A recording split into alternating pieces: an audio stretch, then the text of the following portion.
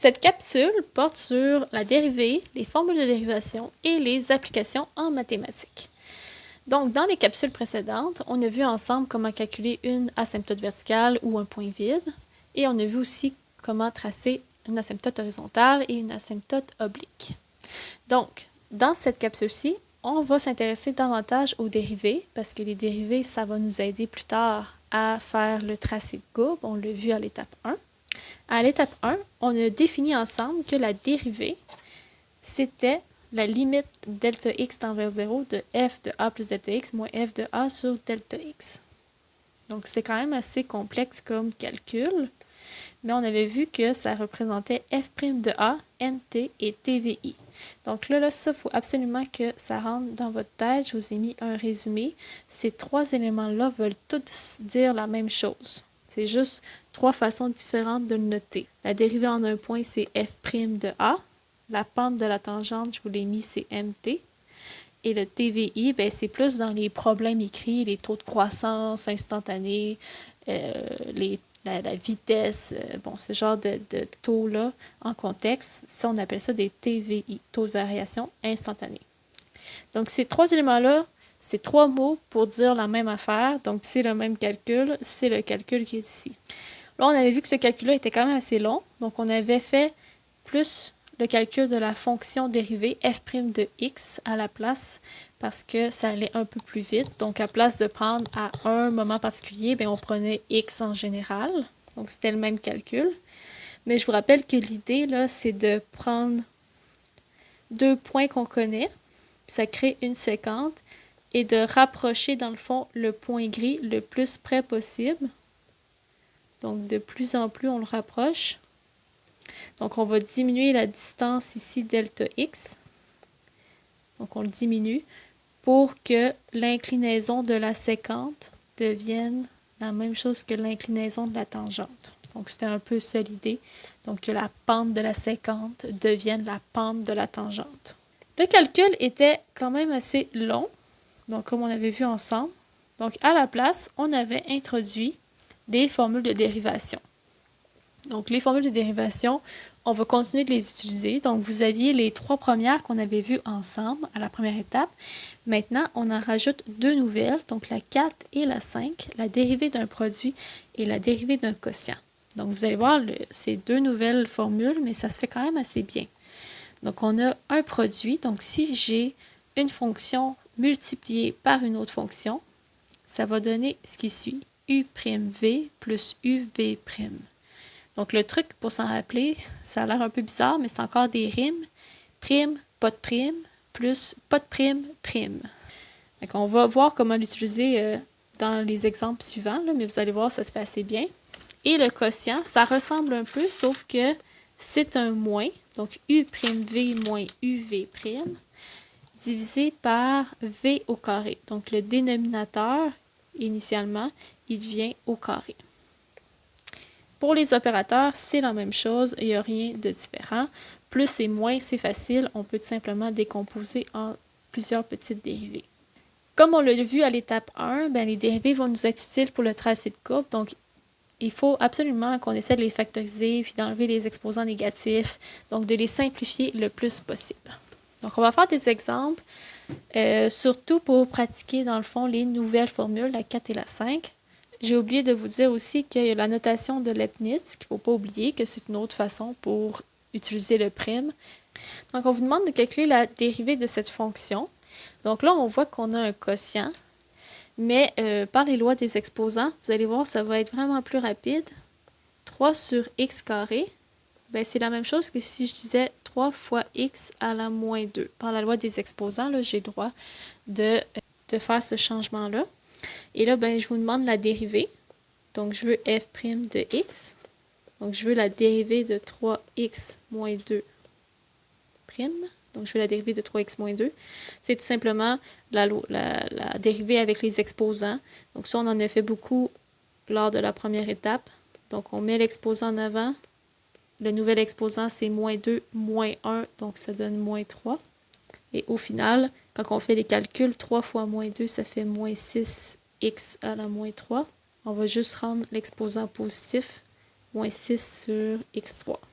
je veux simplement vous montrer avec l'autre notation, avec la notation de Leibniz, pour que vous n'oubliez pas cette notation.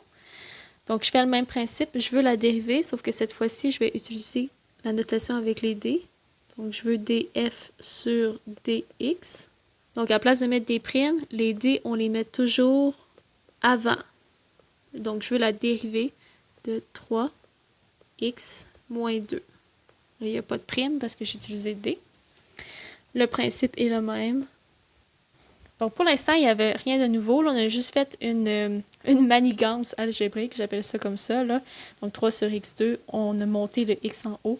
Ça devient un exposant négatif et là, c'est facile à dériver. Bon, l'exemple 14, on va utiliser une de nos nouvelles formules avec le produit. Pourquoi on utilise le produit? Parce qu'entre les parenthèses, on a un fois, on a une multiplication. Donc là, on ne peut pas juste dire prime fois prime. Cette définition-là n'existe pas. Donc, quand on a une multiplication, donc si j'ai u fois v et que je veux la dériver, donc u c'est une fonction, v c'est une fonction, puis il y a une multiplication entre les deux, ben le truc c'est de dire u'v plus uv'. Donc, c'est la quatrième formule, la nouvelle qu'on va utiliser ensemble. Je veux la dériver. Donc, je veux f'. J'utilise la dérivée d'un produit. Donc, la première, ça va être mon u, et la deuxième, ça va être mon v. Donc, je fais u', donc x moins 2' fois v. Donc, v, je ne mets pas de prime. Donc, u'v plus u. Donc, là, j'écris la fonction u telle qu'elle, fois v' avec un petit prime. Donc là, quand on regarde, on suit vraiment la définition. U' fois V plus U fois V'. Donc là, la prochaine étape, ben, c'est de dériver ce qui reste. Donc, les places où ce qui reste des petits primes, ben, il faut les dériver. X moins 2, ben là, oubliez tout le reste de votre fonction, regardez juste X moins 2. Donc, X moins 2, quand je veux le dériver, ben, c'est la dérivée de X moins la dérivée de 2. Ça, on l'a vu dans le fond à la première étape. Ce que vous voyez, ben, tout le reste, il n'y a pas de prime. Donc, je vais juste le retranscrire tel quel jusqu'au dernier où est-ce que là, il y a un prime.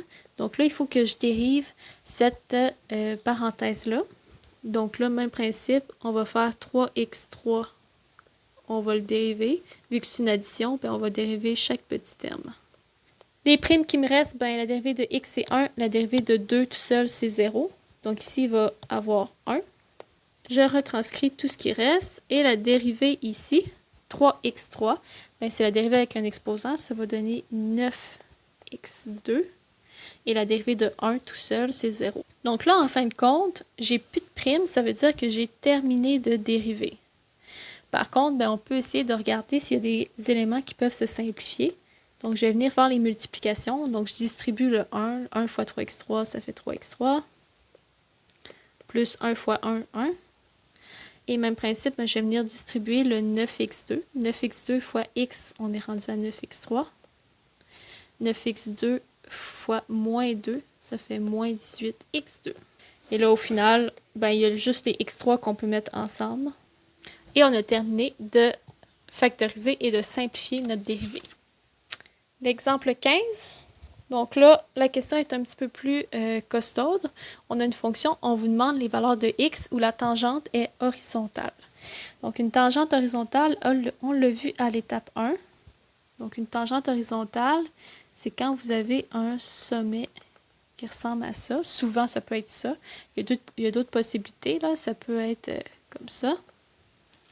Mais l'idée d'une tangente horizontale, c'est que la pente de la tangente égale 0. Donc, nous, ce qu'on veut, c'est on veut savoir quand est-ce que f' de x, parce que mt, c'est la dérivée, ça veut dire dérivée. Donc, on veut savoir quand est-ce que la dérivée donne 0. Donc, la première étape, ça va être de trouver la dérivée. On veut trouver la dérivée, on cherche f'. Et là, ben, c'est différent parce que là, on a un quotient. Pour le quotient, ben, dans le fond, on a une formule très particulière. Ça, c'est notre fonction, notre numérateur que j'appelle souvent U. Et ici, c'est le dénominateur que j'appelle V. La formule qu'on a vue ensemble, la nouvelle, c'est U'V. Pour le quotient, c'est moins UV'. Donc, U'V moins UV' divisé par V au carré. Donc, on va l'appliquer. Alors, U', 3x2 plus 6'. Donc, U' fois V, donc le V, lui, il n'y a pas de prime. U'V moins U fois V', donc 2x plus 1, là, on va mettre un petit prime, divisé par V, qu'on va mettre au carré. Donc, c'est ça ma formule du quotient. Donc là, quand on est rendu à l'appliquer, ben dans le fond, il faut qu'on dérive où est-ce que je vois des primes. Donc, je vois des primes ici et ici. Tout le reste, on y touche pas, on laisse ça tel quel. Donc ici, je vais aller un petit peu plus vite. 3x2 plus 6, on a déjà vu ça ensemble à la première étape. Donc 3x2 plus 6, ça va donner 6x comme dérivée.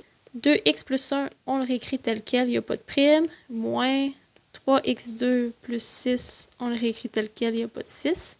Et la dérivée de 2x plus 1, on l'a vu aussi à la première étape, donc ça va donner 2. Le 2x plus 1, en dessous, il reste pareil au carré parce qu'il n'y a pas de prime. Prochaine étape, on a fini de dériver. On n'a plus de prime, mais là, l'expression est quand même assez grosse. Donc, pour essayer de simplifier un peu tout ça, ben, ce qu'on peut commencer par faire, c'est tout simplement multiplier. Donc, on va venir distribuer le 2 également. Donc, ici, je suis venue distribuer le 2 et le 6x.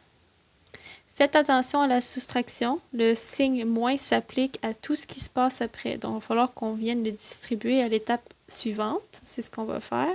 Et là, ici, ben, il y a des éléments qui vont pouvoir se simplifier. Donc, dans le fond, il y a les x2 qu'on va pouvoir combiner ensemble, qui va donner 6x2 plus 6x moins 12, divisé par 2x plus 1 carré. Et par après, ben, vous pouvez faire... premièrement, on peut faire une mise en évidence simple du 6. Et finalement, ben, vous pouvez faire un produit somme.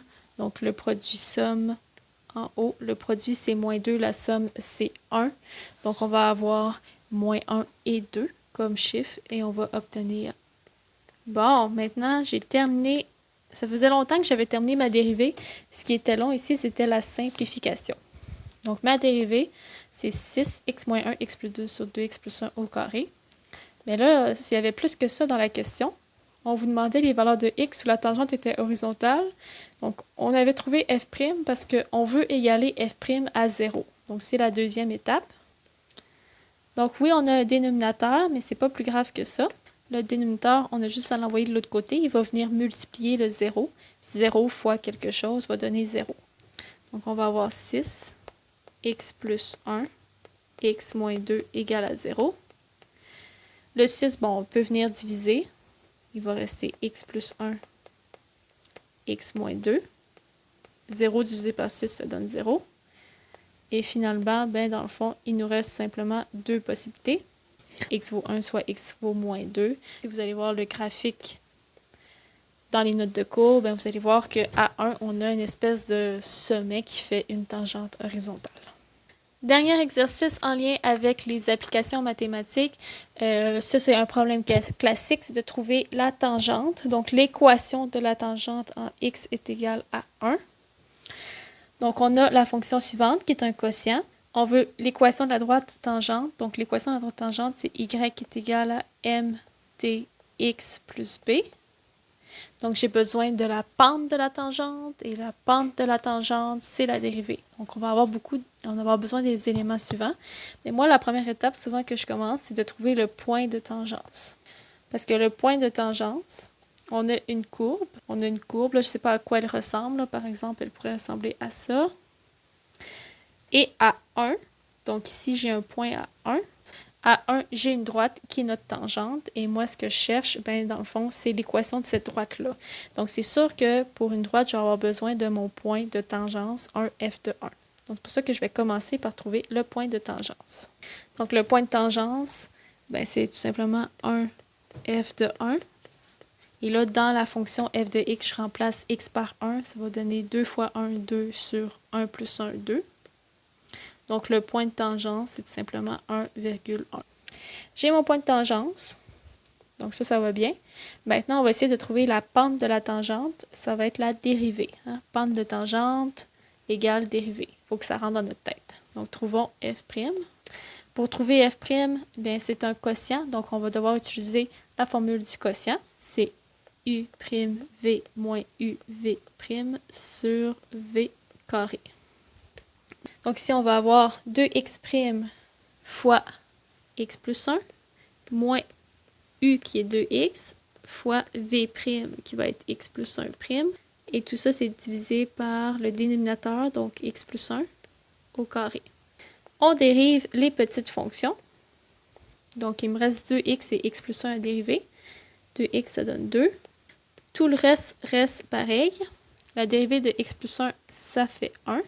Et finalement, on a fini de dériver. Il reste juste à simplifier. Donc, un peu comme dans l'exemple précédent, ben, on va distribuer et on va simplifier. Donc, 2x plus 2 moins 2x sur x plus 1 au carré. Et ici, on peut simplifier les 2x. Il va me rester 2 sur x plus 1 au carré. Donc, la dérivée me donne la pente de la tangente pour n'importe quel x. Donc, moi, ce que je veux, c'est pas n'importe quel, c'est particulièrement la tangente à 1. Donc, je vais remplacer dans la dérivée x par 1. Donc, 1 plus 1, ça va donner 2. Ça va donner 2 au carré, donc ça va donner 4. Ce qui donne 1/2. Donc, la pente de ma tangente, c'est 1/2. Donc, ça veut dire que ma tangente a la forme 1/2 x plus b. Et là, ben, pour trouver le b, on remplace par le point de tangence qu'on avait trouvé à la première étape, donc qui était le point 1, 1. En remplaçant, ben, on isole et on va arriver à 1/2 est égal à b. Donc, l'équation de ma droite tangente, c'est 1/2 x plus 1/2. Et voilà, j'ai trouvé l'équation de ma droite tangente.